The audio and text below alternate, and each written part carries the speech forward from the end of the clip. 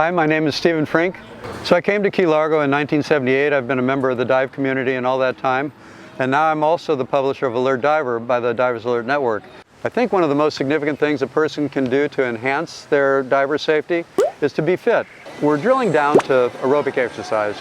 I don't care if it's walking, running, we got to get your heart beating because you may be forced to go beyond your normal personal limits if the waves kick up, if there's current, if you end up too far from the boat.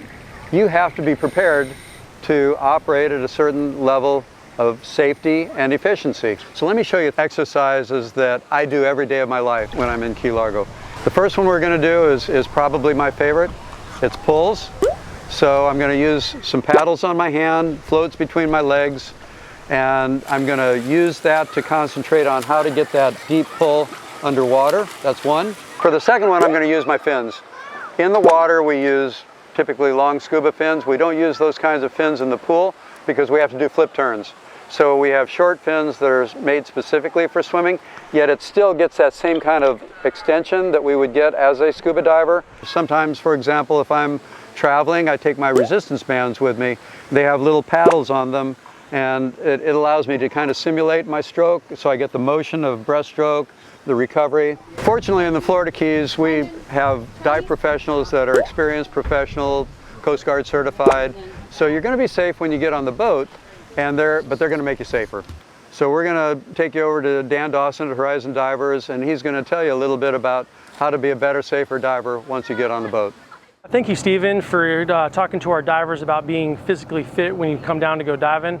I do want to talk about a couple of other aspects of the diver safety. The first thing I'd like to talk to you about is your equipment. Your equipment is very important. Before you come on vacation down to the Florida Keys, it's the best thing to do is make sure that it is operating correctly, it has been serviced. Second thing I want to talk to you about is your certification level. What you want to do is make sure that you're current with that dive certification.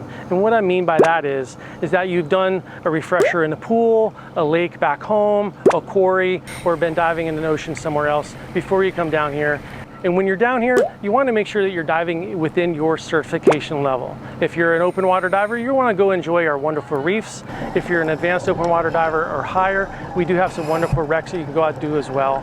So now that you're down in the Florida Keys and you're getting on the dive boat, the most important thing you can do at this point is listen to the deckhand and the captain's boat briefing and the dive site briefing itself. The boat briefing is going to give you all the important aspects of how to get on and back off the boat. It's going to talk about where to go on the dive site, the currents, and making sure you're giving the okays. Listen to the crew as well as making sure that you're paying attention to your air supply, not just yourself, but also your buddy or your family or whoever you're diving with. Our goal as professionals here in the Keys is to make sure that you have a really wonderful and enjoyable dive trip and dive vacation while you're here.